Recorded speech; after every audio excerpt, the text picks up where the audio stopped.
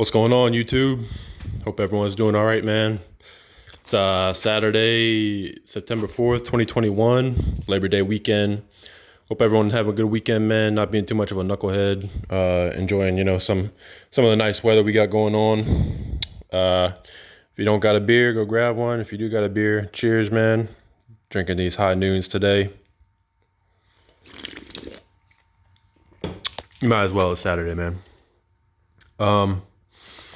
So I figured I'd just give y'all a quick rundown on what I've been up to, man.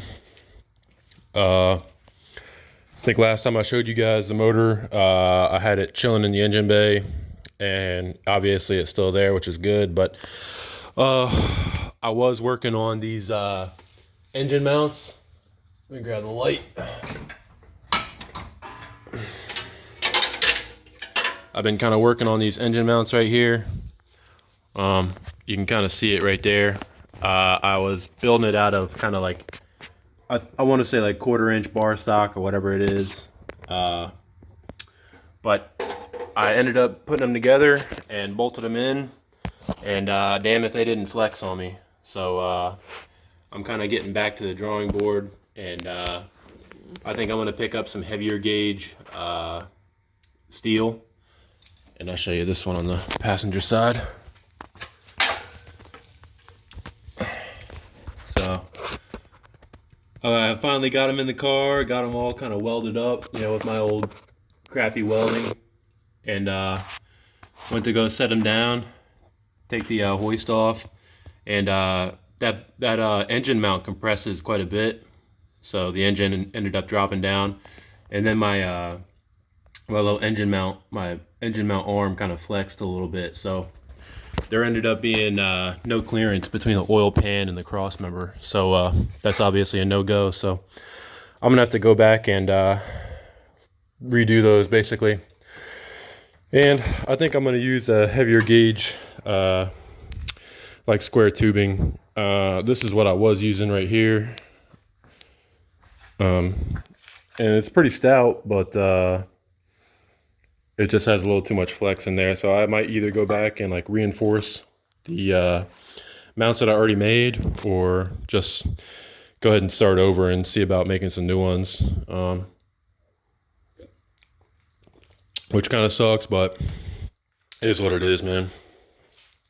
So I spent the better part of yesterday working on those engine mounts, and damn if it wasn't a waste of a day. So that was pretty frustrating, but in light of that, I decided to take a break from the engine mounts and kind of just work on some other odds and ends on the motor, kind of mostly plumbing. So you can probably see I got a couple new pieces here in the engine bay. Obviously, I got my oil filter housing in there. I welded up some -10 304 stainless AN bungs to the inlet and outlet right here. So you can see I welded it up right here. I need to clean those up, but I'll probably end up working on that, coming up. But you guys can see I kind of welded it up right there, and then got my -10 AN fittings going down. I kind of snaked them around the side.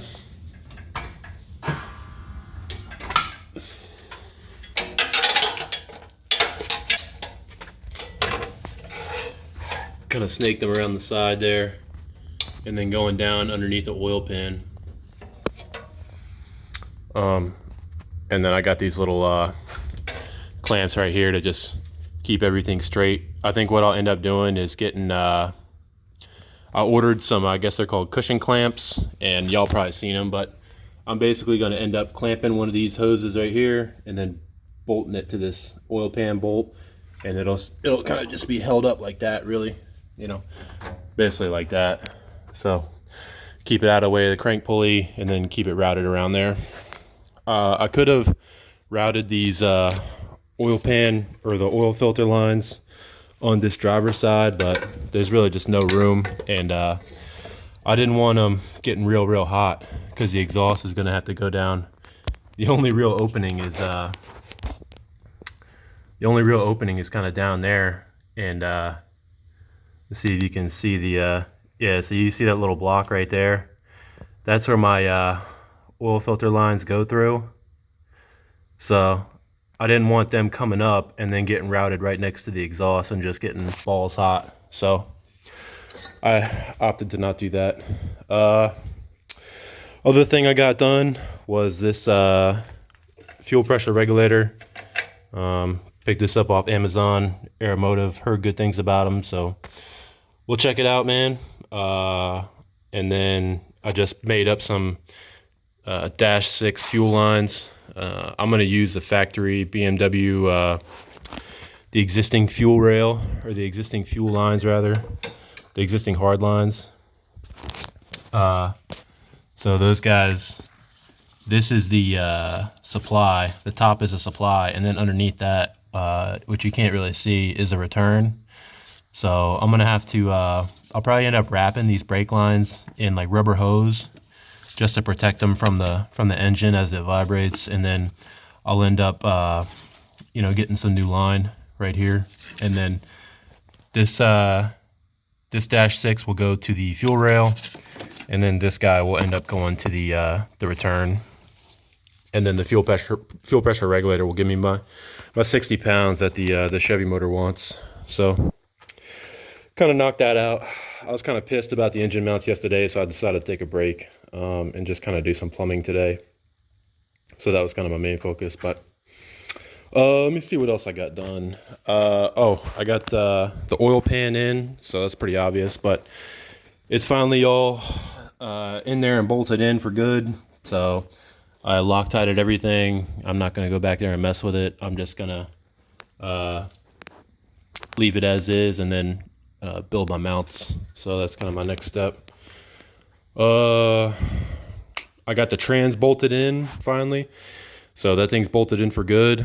I didn't bolt the actual trans mount itself in. I'm going to adjust the trans as needed just to align it with the input of the rear diff. I did get my clutch pedal and my clutch line bled. So let's see here. Damn it. So yeah, clutch pedal's good to go.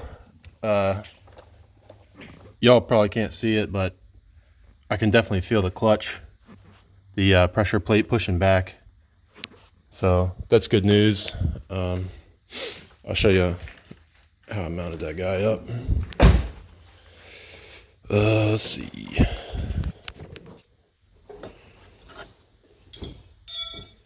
Yep, so y'all can see it right there.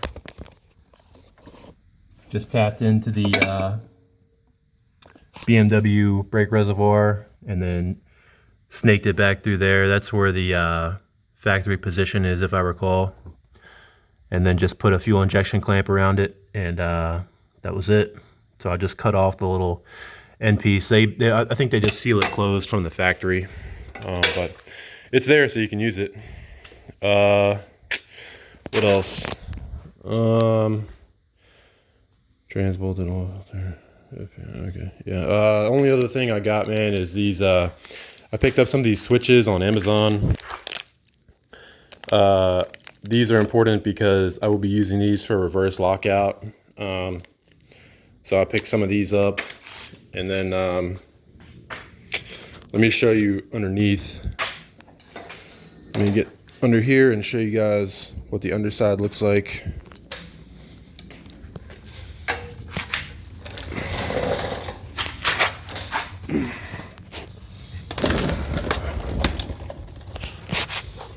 Yep, so trans is in for good. I ordered some wire so I can wire in my reverse lockout solenoid. That's this guy.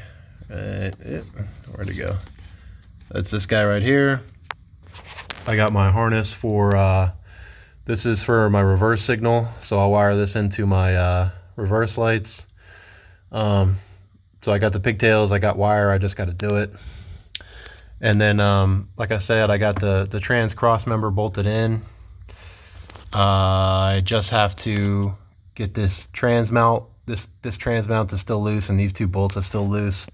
And that's just so I can do final adjustment on the trans, and then try and line it up with my rear diff, which is sitting back there in the dark. So that's kind of that thing, but they're all bolted up and torqued to spec of good and tight. And then under here, let's see, sorry guys, under here you can see my my oil pan lines where I'm routing them. They're kind of going up through there, a little hard to see, and then they're coming out the front. So I'm just going to bolt them up to the oil pan. But you can see my oil pan has no clearance right now, so I definitely need to adjust that and get my motor mounts to hold the engine up. So yeah guys, that's kind of what I've been up to. Hopefully that gives you guys, and Augie asked about the distance from the he asked from the distance from basically this back piece here. Let me see, so that's basically the sorry guys, yeah, so that's basically the back of the sway bar right there to the front of the bell housing. So I would say probably 6 1/4 inch is what you really have to work with. Get this fucking thing out of here, man. Yeah, so you can see. So if y'all are looking for like an oil pan, that's probably all you really have to work with.